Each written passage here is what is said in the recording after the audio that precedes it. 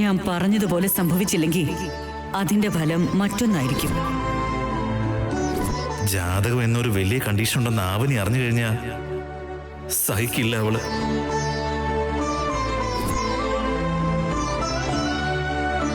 ആവനിക്ക് നീതി കിട്ടിയില്ലെങ്കിൽ നിന്നെ പോലെ ഒരു പാപി വേറെ ഉണ്ടാവില്ല.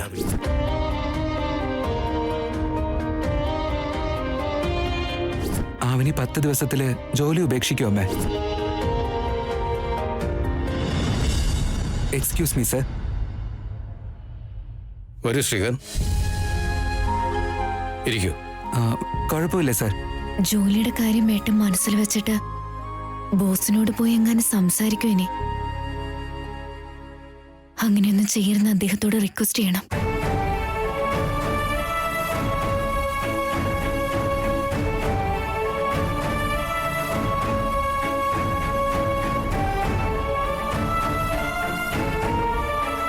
ഇനിയിപ്പോ ബോസിനോടെങ്ങാനും ഇക്കാര്യം പറയാൻ പോയതായിരിക്കും. സർ, ഞാൻ റിക്വസ്റ്റ് ചെയ്തപ്പോഴേക്കും അവനിക്ക് ജോലി കൊടുത്തില്ലേ? അവളത് പ്രൂവ് ചെയ്തല്ലോ. ബട്ട് ഇപ്പോ അവക്ക് ഈ ജോലി ഉപേക്ഷിക്കണം. ഡിവിഷൻ പേഴ്സൺ ഉപേക്ഷിക്കണമെന്ന് തീരുമാനിക്കാൻ എന്താ കാരണം? സാലറി കുറവായതുകൊണ്ടാണെങ്കിൽ നമുക്ക് ഹൈക്ക് ചെയ്യാം. സാലറി ഇഷ്യൂ അല്ല sir, purely personal reasons, that's all.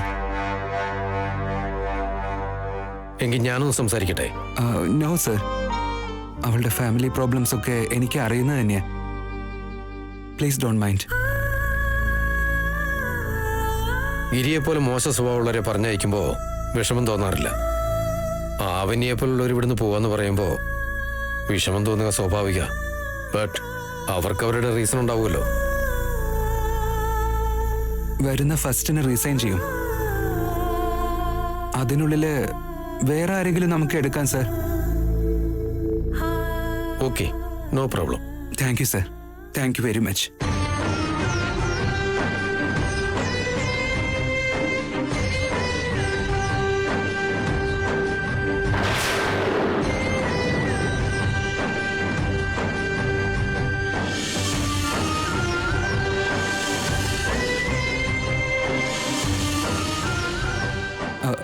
അവനെ അത് ഞാൻ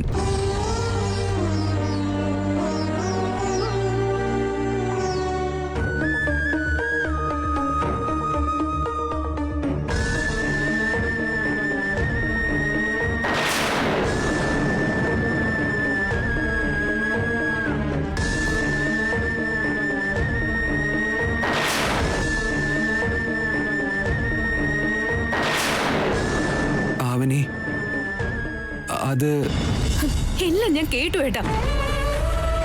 ഗിരിയെ പുറത്താക്കിയതുപോലെ സിമ്പിളായിട്ട് എന്നെ കൊണ്ട് റിസൈൻ ചെയ്യിക്കാല്ലേ? ഇങ്ങനെയൊന്നും ചെയ്യരുതെന്ന് റിക്വസ്റ്റ് ചെയ്യാൻ വേണ്ടിയിട്ട് നിങ്ങളുടെ അടുത്തേക്ക് വന്നപ്പോഴേക്കും ചെയ്യാനുള്ളത് മുഴുവൻ നിങ്ങൾ ചെയ്തു.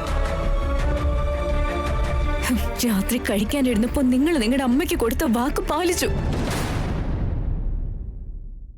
ഈ കാര്യം ആ ലാവണ്യം കൂട്ടിന് പറഞ്ഞോ, അതറിഞ്ഞ ഉടനെ വീട്ടിലെ ദീപാവലി നടത്തും അവര്. ഞാൻ ചെയ്യുന്നൊക്കെ നമ്മുടെ നന്മയ്ക്ക് ആവനി. നമുക്കിടയിൽ പ്രശ്നങ്ങൾ വരാതിരിക്കാൻ വേണ്ടിയിട്ട് ഈ വഴിയെ ഞാൻ കണ്ടുള്ളൂ. എന്റെ അനുവാദം ഇല്ലാതെ 10 ദിവസത്തിനുള്ളിൽ ഞാൻ റിസൈൻ ചെയ്യുന്നു നിങ്ങൾ പറഞ്ഞു. നിങ്ങളുടെ അടുത്തൊന്നും ഞാൻ പണം വാങ്ങില്ല.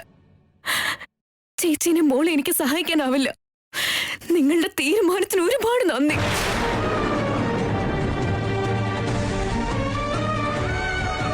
നിങ്ങളുടെ എല്ലാവരുടെയും ദൃഷ്ടിയിൽ ഞാനൊരു കളിപ്പാവയായി മാറിയിട്ടുണ്ട്. അവന്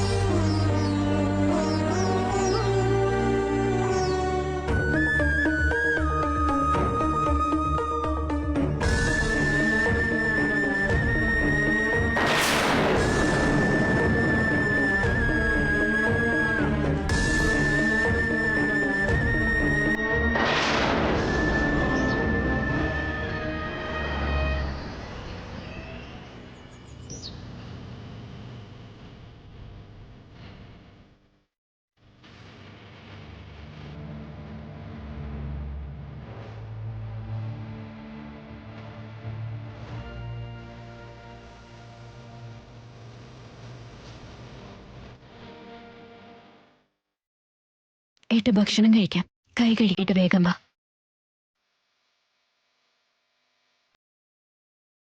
ചെല്ലേട്ടാ.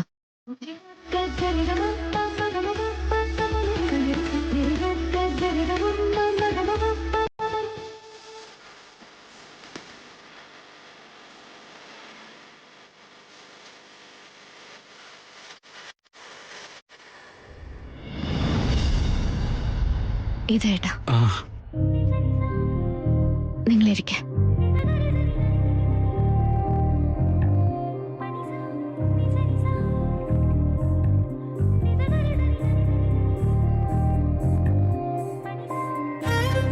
കഴിക്കേട്ടാ.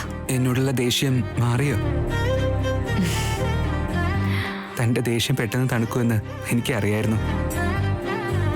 ഞാനിപ്പോ ഓഫീസിൽ വർക്ക് ചെയ്യുന്ന എംപ്ലോയി ആയിട്ടല്ല വന്നത്. ശ്രീകരന്റെ ഭാര്യ ആവനിയായിട്ടാ വന്നത്. ഭർത്താവിന്റെ വിശപ്പില്ലാതാക്കേണ്ടത് എന്റെ ധർമ്മം. ജോലിക്കാര്യത്തിൽ നിങ്ങൾ ചെയ്തതോർക്കുമ്പോ എനിക്ക് ദേഷ്യമുണ്ടാവും. എന്നാൽ ഒരു ഭാര്യയായിട്ട് നിങ്ങൾക്ക് വേണ്ടി ചെയ്യുന്ന ഓരോ കാര്യത്തിലും സ്നേഹം മാത്രമേ ഉണ്ടാവൂ. അപ്പോ എന്നോടിപ്പോഴും ദേഷ്യമുണ്ട്. എനിക്ക് ജോലി ഉപേക്ഷിക്കാൻ ഇനിയും 10 ദിവസം സമയമുണ്ട്. അതിനുള്ളില് എന്ത് വേണമെങ്കിലും സംഭവിക്കാം. ആ കാര്യത്തെക്കുറിച്ച് സംസാരിച്ചുകൊണ്ടിരിക്കാതെ സമാധാനമായിട്ട് ഭക്ഷണം കഴിക്കാൻ നോക്ക. തനിക്ക് എന്നോട് ദേഷ്യമുണ്ടെങ്കിലും എനിക്ക് തന്നോട് സ്നേഹമുള്ളൂ.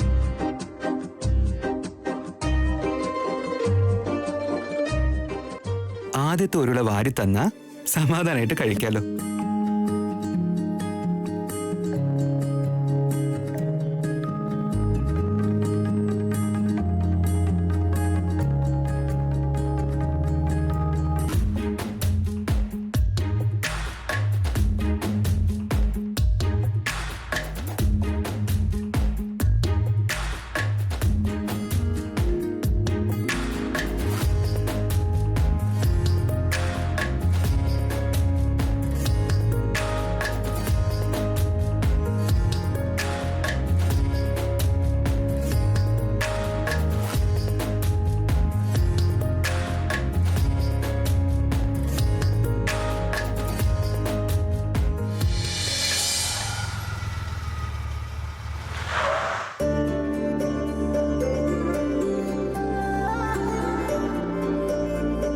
Hi guys.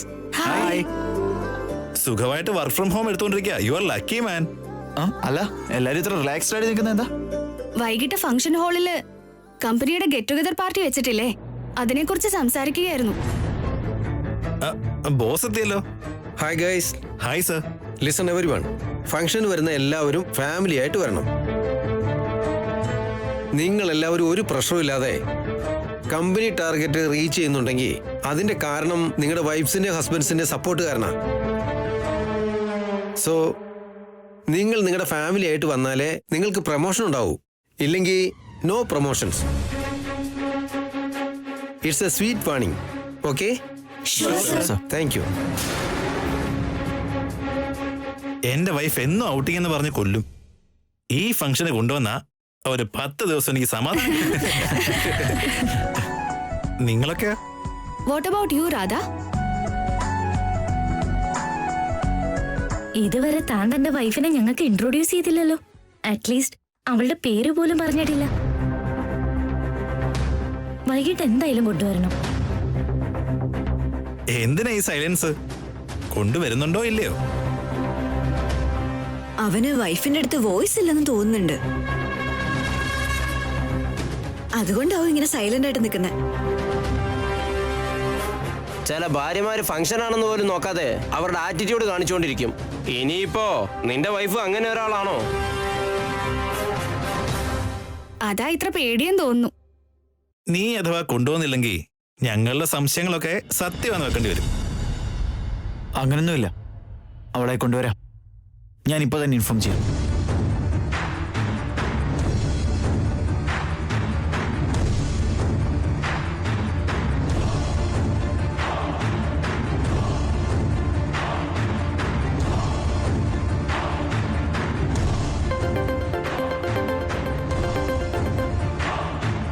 എന്താ? നിന്നോട് പ്രശ്നം ഉണ്ടാക്കിയതിന് സോറി. നിങ്ങൾ സോറി പറയണമെങ്കിൽ എന്തെങ്കിലും ഒരു റീസൺ ഉണ്ടാവുമല്ലോ. പറ, എന്താ കാര്യം? ഈവനിങ് കമ്പനിയിൽ ഒരു ഗെറ്റ് ടുഗദർ ഉണ്ട്. എന്റെ കൂടെ പാർട്ടിക്ക് വരാവോ? തെറ്റ് നിന്റെ തന്നെയല്ലേ?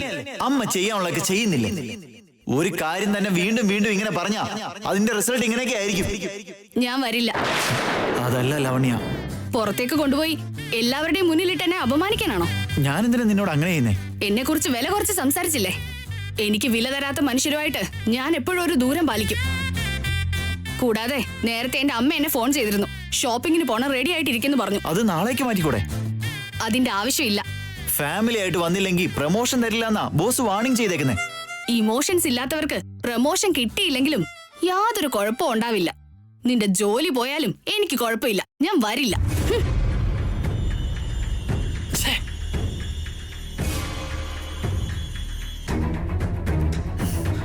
ഞാൻ വിചാരിച്ച പോലെ തന്നെയായി. ലാവണ്യ ഇല്ലാതെ പോയാ എല്ലാവരുടെയും മുമ്പിൽ അതൊരു ഇൻസൾട്ട് ആയിരിക്കും. പ്രൊമോഷനും മിസ്സാകും. ഇനി എന്ത് ചെയ്യും?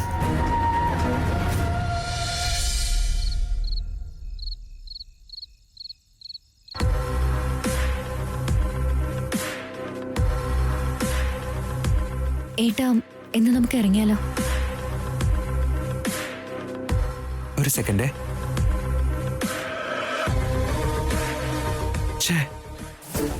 എന്തു പറ്റിയേട്ടാ? ക്ലയൻസിനെ പറ്റിയുള്ള ടെൻഷനാടോ. ഞാൻ വേണമെങ്കിൽ വെയിറ്റ് ചെയ്യാം. കുറച്ച് എമർജൻസി കോൾസ് അറ്റൻഡ് ചെയ്യാനുണ്ട്. അതുമല്ല, കുറച്ച് പെൻഡിങ് വർക്ക്സും ഉണ്ട്. ഞാൻ കുറച്ച് ലേറ്റ് ആവും.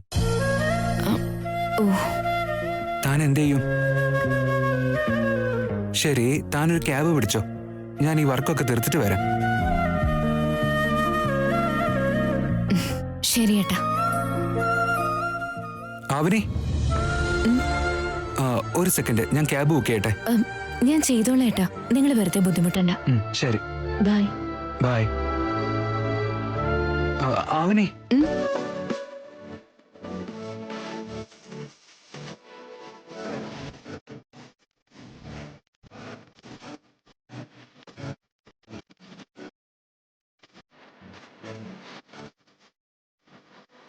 ഈ രാത്രിയില് തന്നെ ഒറ്റയ്ക്ക് പറഞ്ഞയക്കാൻ എനിക്കിഷ്ടമല്ലടോ. വർക്ക് ലോഡ് ഉള്ളതുകൊണ്ട് വേറെ വഴിയില്ല. ഒരു കുഴപ്പമില്ല ഏട്ടാ.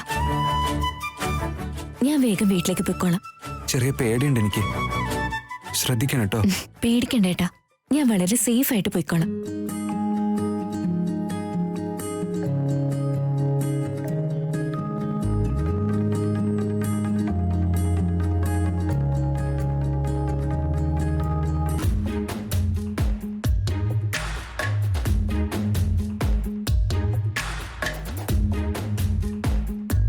എന്ന് ഞാൻ ഇറങ്ങട്ടെ ഏട്ടാ.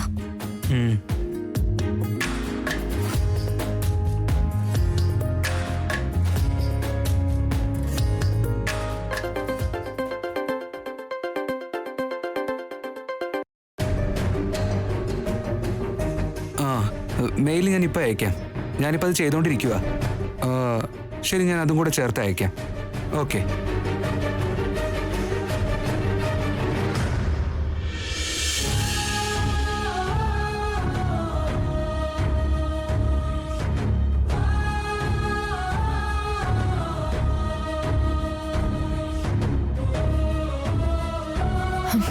ഇവിടെ ഓട്ടോ ഒന്നും കാണുന്നില്ലല്ലോ. ക്യാബ് തന്നെ ട്രൈ ചെയ്യാം.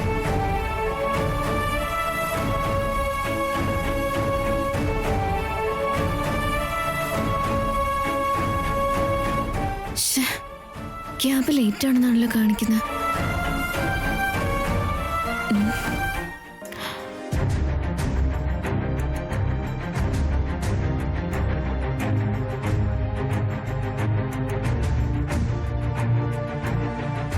മുന്നോട്ട് നടന്ന ഓട്ടോ എന്തെങ്കിലും കിട്ടുമോ നോക്കാം.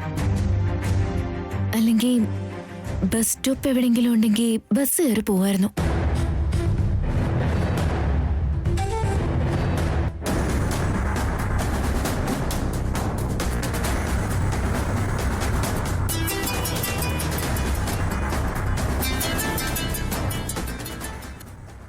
വിജയ് പറയടാ. ഞാനും എന്റെ വൈഫും ഇവിടെ ഫംഗ്ഷനിൽ എത്തിയിട്ടുണ്ട്. നിന്നെ ഇവിടെ വെയിറ്റ് ചെയ്തോണ്ടിരിക്കുക. നീ അവിടെ നിന്ന് ഇറങ്ങിയിട്ടുണ്ടോ? പറ രാധ. ഇറങ്ങിയിട്ടുണ്ട്. നിന്റെ വൈഫ് വരുന്നില്ലേ? വരുന്നുണ്ട്. Oh really? That's nice. വേഗം വാ, ഇല്ലെങ്കിൽ ഫംഗ്ഷൻ അതിന്റെ വഴിക്ക് നടക്കും. മനസ്സിലായോ? ശരി, ബൈ.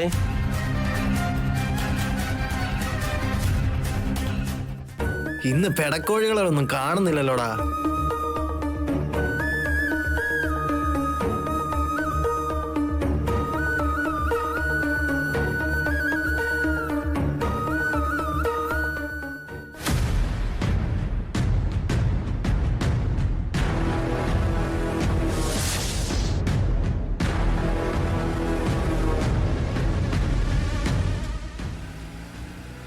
ലാവണ്യം കൊണ്ട് പോയില്ലെങ്കിൽ പ്രമോഷൻ മിസ്സാകുമല്ലോ. അങ്ങനെയുള്ളപ്പോ പോയി മാനം കിടുന്നത് എന്തിനാ?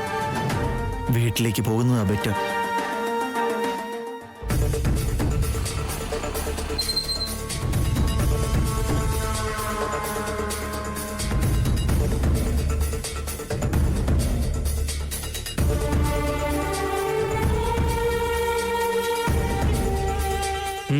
ചെല്ലടാ.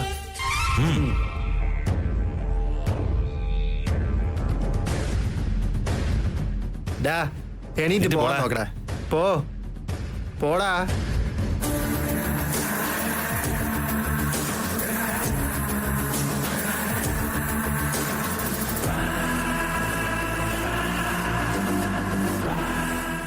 എങ്ങോട്ടാ പോണ്ടേ മാഡം?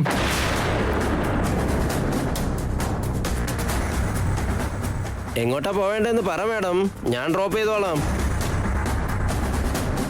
ഡാ നീ എന്തിനാ ബുദ്ധിമുട്ടുന്നേ? മാഡത്തെ ഞാൻ ഡ്രോപ്പ് ചെയ്തോളാം. ഏയ് നീ അല്ലടാ, ഞാൻ ഡ്രോപ്പ് ചെയ്തോളാം. ഏയ് നിങ്ങൾ രണ്ടുപേരും അല്ലടാ, ഞാൻ ഡ്രോപ്പ് ചെയ്യും.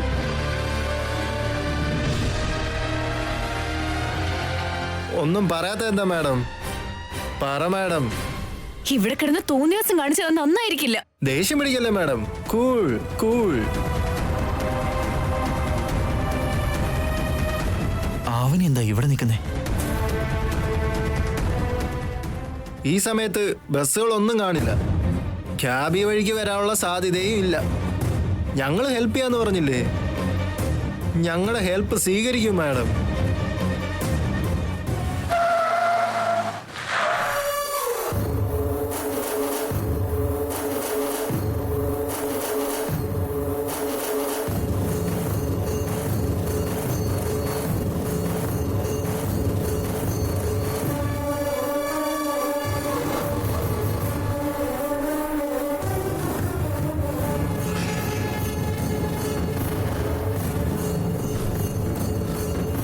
എന്താടാ, അമ്മയും പെങ്ങളൊന്നും ഇല്ലേ?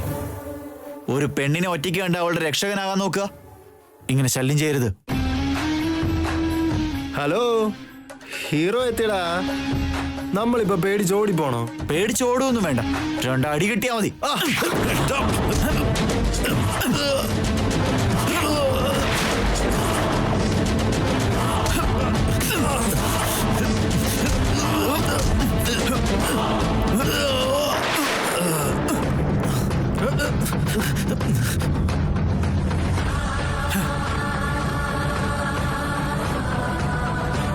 താങ്ക്സ് ഏട്ടാ. നീ ഇവിടെ ഒറ്റയ്ക്ക് നിൽക്കുന്ന എന്താ? അവനെവിടെ? ശ്രീകർ സാറ് ഓഫീസിൽ നിന്ന് ഇറങ്ങാൻ ലേറ്റ് ആവുമെന്ന് പറഞ്ഞു. എന്നോട് പൊക്കോളം പറഞ്ഞു. അതുകൊണ്ട് ഓട്ടോയ്ക്ക് വേണ്ടി വെയിറ്റ് ചെയ്യായിരുന്നു. ഞാനിപ്പോ വീട്ടിലേക്ക് പോവാ, നീയും എന്റെ കൂടെ പോരെ? കുഴപ്പമില്ല, ഞാൻ ഓട്ടോ വിളിച്ചു വന്നോളാം. എന്റെ വീട്ടിലല്ലേ ഉള്ളേ, എന്റെ കൂടെ വന്നാ എന്താ തെറ്റ്? അല്ലല്ലോ, ഇങ്ങനെയുള്ളടത്തൊക്കെ വെയിറ്റ് ചെയ്താ ഇങ്ങനെയുള്ളവന്മാരൊക്കെ സഹിക്കേണ്ടി വരും.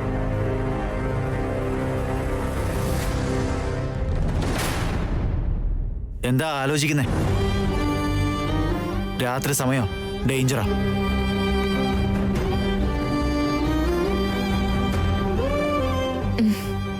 ശരി, പോകാം. കം.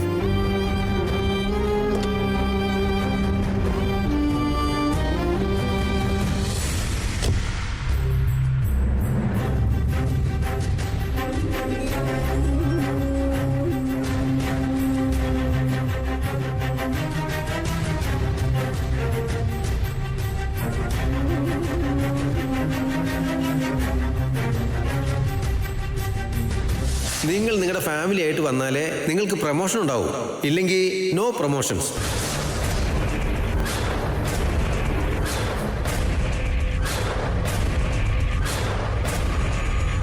പ്രൊമോഷൻ നഷ്ടപ്പെടുത്താതിരിക്കണമെങ്കിൽ കുറച്ച് സമയം ലാവണ്യക്ക് പകരം എൻ്റെ വൈഫിൻ്റെ സ്ഥാനത്ത് ആവിനിയെ കൊണ്ടുപോയി മാനേജ് ചെയ്യണം. പ്രൊമോഷനും കിട്ടും, പേരും കിട്ടും. കമ്പനി ഫങ്ഷൻസ് ഇനിയൊരു കൊല്ലത്തേക്ക് ഉണ്ടാകാൻ സാധ്യതയില്ലാത്തതുകൊണ്ട് ബാക്കി കാര്യങ്ങളൊക്കെ അപ്പം നോക്കിയാൽ പോരെ. ആവനി, എന്തുപറ്റി? വീട്ടിൽ ഞങ്ങളെല്ലാവരും നിനക്കെതിരാണെങ്കിലും സത്യം പറയാനാണെങ്കിൽ നിന്റെ അത്രയും സഹനവും ക്ഷമയും മറ്റാർക്കും ഉണ്ടാവില്ല.